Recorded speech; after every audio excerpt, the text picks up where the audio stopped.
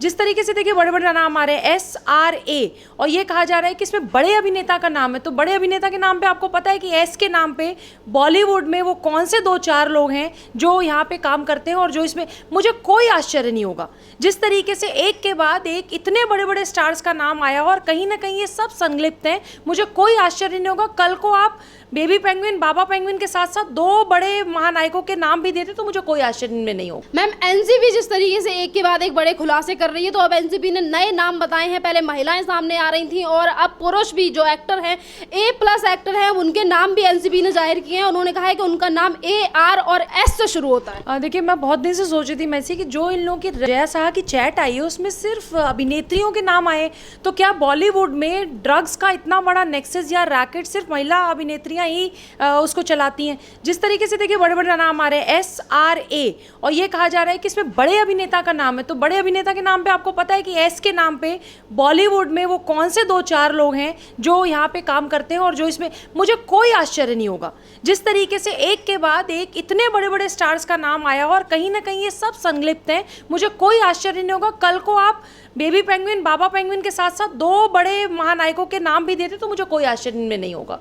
और मैम, यहाँ पे जो A और आज यहाँ पे एनसीबी की तरफ से ये भी कहा जा रहा है कि ये तीनों कलाकार हैं वो दीपिका पादुकोण के साथ काम कर चुके हैं। तो लोग जिस तरीके से बातें कर रहे हैं, लोग ये कह रहे हैं कि इसमें शाहरुख खान का नाम शामिल है। अब एस से तो देखिए शाहरुख खान का भी नाम हो सकता है, सलमान खान का भी नाम हो सकता है। अभी एनसीबी ने तो कोई नाम उजागर नहीं किया है, लेकिन जो बड़े स्टार्स का नाम है तो सबको पता है कि दो चार कौन से बड़े स्टार्स हैं जो सामने जिनका नाम आ सकता है। मैं आपको बार बार कह रही हूँ, आप लोग बिल्कुल सरप्राइज मत होइएगा, प्रिपेयर्ड रहिए कि बॉलीवुड के जितने बड़े बड़े लोग हैं उन सबका नाम आने वाला है और आपको ये पता चलेगा कि ये इतने सालों से जो बड़े बड़ी गद्दियों पे बैठे हुए हैं सुपरस्टार बनके, कहीं ना कहीं इनके पीछे ये नेक्सस का पार्ट थे, तो कोई सरप्राइजिंग नहीं है मेरे लिए ये। और मैम, यहाँ पे ये भी है कि जिस तरीके से बॉलीवुड में से एक के बाद एक अभिनेता सामने आ रहे थे, आपने देखा होगा कि अब जो लोग जिस तरीके की बातें कर रहे हैं कि ये जो A से नाम आया ये अर्जुन रामपाल है और अर्जुन रामपाल से ही मुलाकात की थी श्रद्धा कपूर ने जब वो एनसीबी के दफ्तर गई थी। देखिए, हो सकता है A से अर्जुन रामपाल का भी नाम हो सकता है, A से कोई और भी नाम हो सकता है, लेकिन जहाँ तक नाम सामने आ रहे हैं, जिस तरह की बातें हो रही हैं, तो अभी खुलासा जिस तरीके का क्राइटेरिया बताया गया है एज के आधार पर लोग इस तरीके की बातें कर रहे हैं। बिल्कुल, लेकिन मैं ये कहूँगी कि अभी खुलासा होने दीजिए एनसीबी का। लेकिन फिर मैं आपको कह रही हूँ कि बड़े बॉलीवुड के स्टार्स नेक्सस में हैं, क्योंकि आप ये समझ लीजिए कि ये जो रैकेट है, इसीलिए देखिए जितने बड़े स्टार्स हैं, अभी तक इन लोगों ने सुशांत के बारे में नहीं बोला, दिशा के बारे में नहीं बोला। ये बड़े बड़े स्टार्स जिनके सुशांत ने जिनके साथ काम किया है, या कलीग रहे हैं या को स्टार रहे, एक भी व्यक्ति दिशा और सुशांत के लिए नहीं बोलता है, शांति से बैठ जाता है। क्यों ऐसा होता है कि जब कंगना एक इंटरव्यू देती हैं बॉलीवुड पे और इनके नशे के बारे में इनका पर्दाफाश करती हैं, सारे लोग उसके ऊपर चढ़ जाते हैं, इस तरीके से बात करने लगते हैं कि हाँ, मतलब कंगना ने ही गलत किया है। कंगना को गलत साबित करने के लिए पूरा बॉलीवुड आता है, लेकिन दिशा और सुशांत के लिए कोई नहीं खड़ा होता है। तो कहीं ना कहीं ये झोल तो है, कहीं ना कहीं उस ऐसी चीजें हैं कि वो हमें सोचने पे मजबूर कर दे रही हैं कि आखिर इन बड़े स्टार्स ने अपना नाम शायद बचाने के लिए वो चुप रहे अभी तक। और मैम, यहाँ पे ये भी बात है कि जिस तरीके से नाम बड़े बड़े कलाकारों के निकलकर सामने आ रहे हैं, तो लोगों का ये भी कहना है कि अब जैसे कि अभी आपने कहा कि ना सुशांत के लिए बोले, ना दिशा सालियान के लिए बोले, दिशा सालियान के लिए भी नहीं बोले, और जैसे ही ड्रग्स का मामला आया एक एक करके सारे स्टार सामने आ रहे हैं और कह रहे हैं गलत हो रहा है। देखिए, मैसी जो खुद फंसा हो, जो इतने सालों से करोड़ों का बिजनेस इस ड्रग्स, आपको लगता है, मैं तो बार बार कह रही हूँ कि जया साहा एक ड्रग पैडलर है। जया साहा जो है वो कई कंपनी में टैलेंट मैनेजर थी, उनका टैलेंट यही था कि वो लोगों को ड्रग्स बेचने का टैलेंट, यही टैलेंट था, टैलेंट मैनेजर के नाम पे यही कर रही थी। लेकिन हमें बड़ी मछली पकड़ने की ज़रूरत है। जया साहा के नाम पे ऐसा ना हो जाए कि जया साहा जिनके लिए काम कर रही थी, या जया साहा जिस ग्रुप का हिस्सा थी, जया साहा को जो पॉलिटिशियंस और बॉलीवुड के बड़े स्टार सपोर्ट करते थे, कहीं ऐसा ना हो कि वो लोग बचे। जया साहा तो छोटा सा प्यादा है, जया साहा का सिर्फ नाम आया है। अभी जिस तरह से नाम आ रहे हैं, आपको समझ में आएगा कि आपको आश्चर्य होगा कि ये लोग भी इसमें शामिल हो सकते थे। मैम, बॉलीवुड की सफाई जिस तरीके से शुरू हो गई है और एक एक करके नामी गिरामी नाम शामिल आ रहे हैं, तो लोगों को ये भी अब उम्मीद है कि अब बॉलीवुड में जिस तरीके से नेक्सस चलता है और काम जो कारोबार चलता है ड्रग्स का, अभी जल्दी ही समाप्त होगा। पर उसके लिए बॉलीवुड हो या फिर कुछ राजनीतिक दल, वो इतने कुलबुलाए क्यों हैं? देखिए, सबसे पहले तो मैं बार बार कह रही हूँ, कौन कंपनी के जितने भी पार्टनर्स हैं, कौन कंपनी में जितने लोगों का पैसा लगा, पहले उसका पर्दाफाश करने की ज़रूरत है।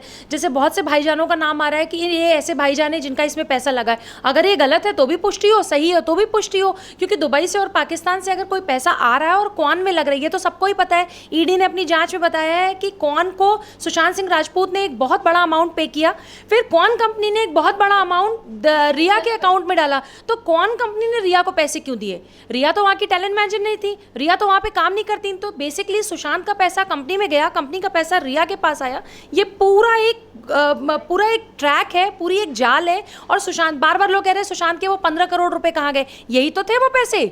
अगर आप इसकी धीरे धीरे बात करें कि 1 करोड़ रुपए ऐसे आता है और ऐसे वापस जाता है, 50 लाख रुपए कौन कंपनी में दिया जाता है, कौन कंपनी से वो सुशांत के अकाउंट से कौन के बात वापस रिया के पास आता है। तो ये 15 करोड़ जो बार बार लोग पूछ रहे हैं कि जो ये बार बार इनके फादर ने कहा कि 15 करोड़ मेरे बेटे के अकाउंट से गायब हुआ या ऐसे अकाउंटों में गया जिसका हमें नॉलेज नहीं है, जिसका हमें पता ही नहीं है। तो ये पैसे भी, अगर आप ये देखिए कि ईडी, एनसीबी, एनआईए और ये जितनी भी जांच एजेंसियां काम कर रही हैं, सीबीआई, वो कहीं ना कहीं अपने टारगेट की तरफ ही हैं। जो उनका मिशन था कि इसके पीछे जितने कल्प्रिट हैं वो पकड़े जाएं, तो वो हो रहा है। बार बार बहुत लोग मुझसे सवाल पूछते हैं कि सुशांत के केस में एनसीबी का क्या लेना देना।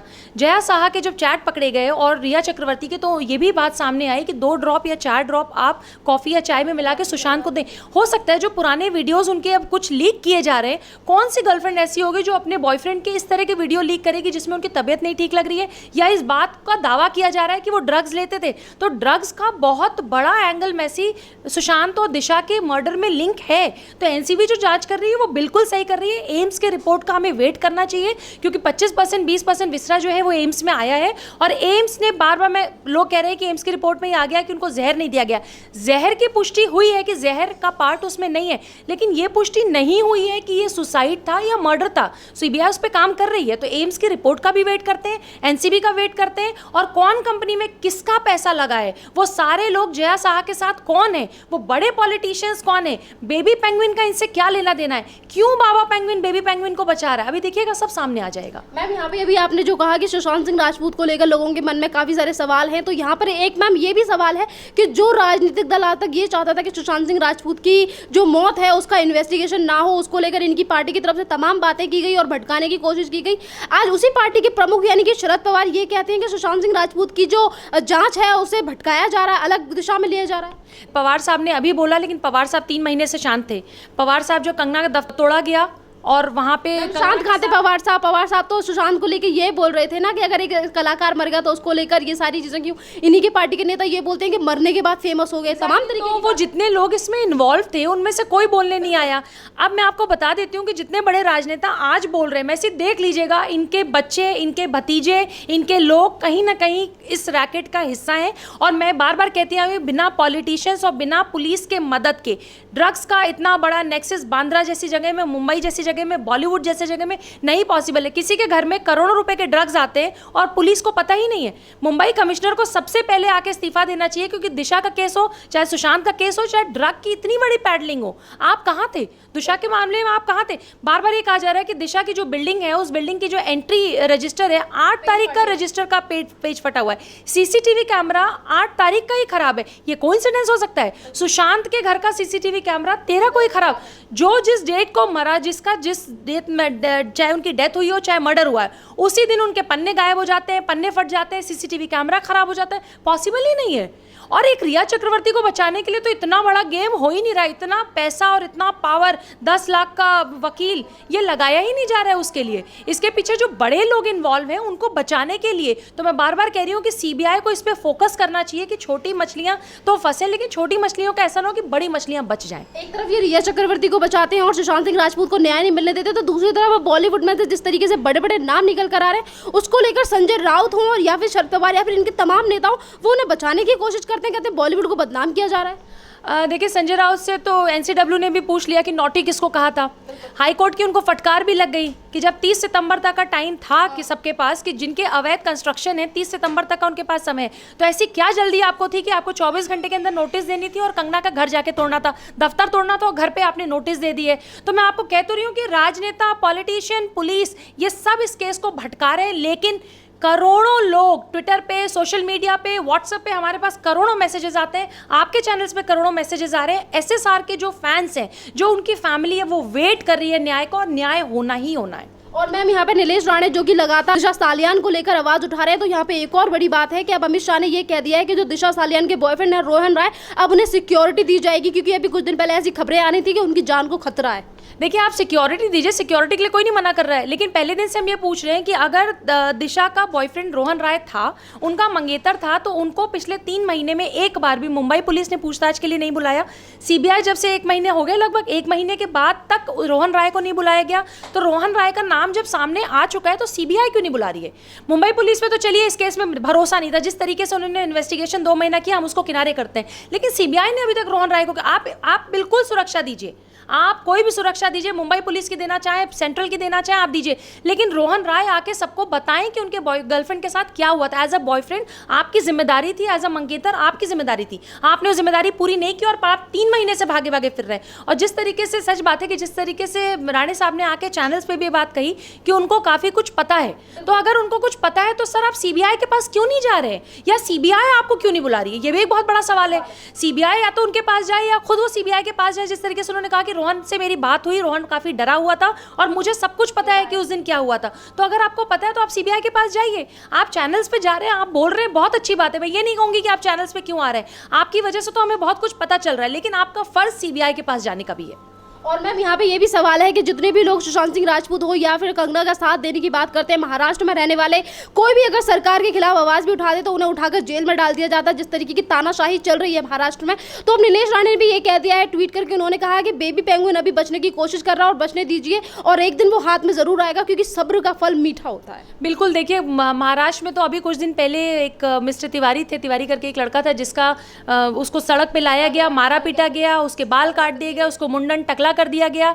और अभी फरीदाबाद में एक यूट्यूबर है साहिल चौधरी, उनको भी उठा लिया गया है। 3 दिन से शायद उनके भाई का ट्विटर देख रही थी मैं, उनके भाई ने बार बार गुहार लगाई है सरकार से कि उनकी मदद की जाए।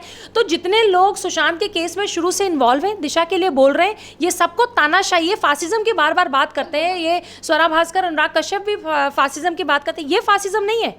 अगर इसके लिए आप नहीं बोलेंगे, आप मतलब यूपी में जाके योगी जी को रोज उल्टा सीधा बोलते हैं, आप प्रधानमंत्री के लिए बोलते हैं, आप मुख्यमंत्री के लिए बोलते हैं, लेकिन अगर महाराष्ट्र सरकार के लिए कोई कुछ बोलता है तो आप किसी को घर से उठा लेते हैं, आप किसी का दफ्तर तोड़ देते हैं, आप एक्स नेवी ऑफिसर का मतलब उनकी इस तरीके से पिटाई करते हैं कि उनकी आंखों में इतना चोट आती है। हाँ बिल्कुल, गुंडे भेजते हैं। आप सच्चाई की आवाज़ नहीं दबा पाएंगे और इसका सच सामने आएगा, क्योंकि देश की बहुत बड़ी एजेंसीज जो हैं वो इसमें काम कर रही हैं और बहुत लाखों लोग वेट कर रहे हैं कि सुशांत के साथ क्या हुआ उनको पता चले। सबसे ज़्यादा तो 74 साल का बुजुर्ग पिता वेट कर रहे हैं कि उनके बेटे के साथ क्या हुआ, जो बहुत ढेर सारे सपने लेके बिहार से एक छोटे से जगह से आके मुंबई में उस सपनों के शहर में आए थे। आपने क्या उनके साथ किया, क्या ऐसा हो गया कि वो सीसीटीवी कैमरा खराब होना, उनके 50 सिम कार्ड, 50 से ज़्यादा सिम कार्ड सुशांत ने, ये न्यूज़ आई कि उन्होंने चेंज किया। इस पर क्यों नहीं जांच होती कि 50 सिम कार्ड क्यों? कौन नॉर्मल आदमी है जो 50 सिम कार्ड 1 महीने में बदलता है? तो बहुत से क्लूज़ हैं जो सीबीआई के पास भी हैं और मुझे लगता है कि अगर वाकई ढंग से काम होता है तो बहुत जल्दी वो जो कातिल है, जो मर्डरर है, वो हमारे सामने होगा। लास्ट क्वेश्चन की, जैसे कि भी आपने कहा कि 130 करोड़ की जनता है जो सुशांत सिंह राजपूत के लिए लड़ रही है, उसमें से बाकी जनता वो भी है जो बॉलीवुड में से ड्रग्स का सफाया चाहती है। तो सारी जनता अब अवगत हो गई है महाराष्ट्र की सरकार से, जिस तरीके से तानाशाही करते हैं, वो सारी जनता ही अब एकजुट होकर लड़ाई लड़ रही है इस सारे मामले में। तो क्या कहना चाहोगे सरकार के लिए? मैं बिल्कुल ये कहना चाहूँगी कि जो लोग आज किसी लड़की का घर तोड़ने की बात करते हैं, दफ्तर तोड़ने की बात करते हैं, किसी को गालियों से बात करते हैं, हरामखोर लड़की बोलते हैं, बाद में बॉलीवुड पे बोलते हैं, ड्रग्स पे बोलते हैं, उनको सबसे पहले उस शहर को साफ करने की ज़रूरत है जहां आज उनके नाक के नीचे इतने बड़े पैमाने पे नेक्सस चल रहा है, इतने बड़े पैमाने पे बॉलीवुड में बाहर का पैसा लगता है। इनकी हिम्मत नहीं है कि वो बाहर से आए हुए पैसे को रोक पाएँ, क्योंकि जैसे वो बॉलीवुड में बाहर से आए हुए पैसे को रोकेंगे, ये सारे पॉलिटिशियंस इनके खुद के जगहों में, इनकी कंपनीज में, इनके पार्टीज में यही फंडिंग होती है। आज जिनको ये बचाने की कोशिश करते हैं, इनकी फंडिंग भी उसी तरीके से होती है।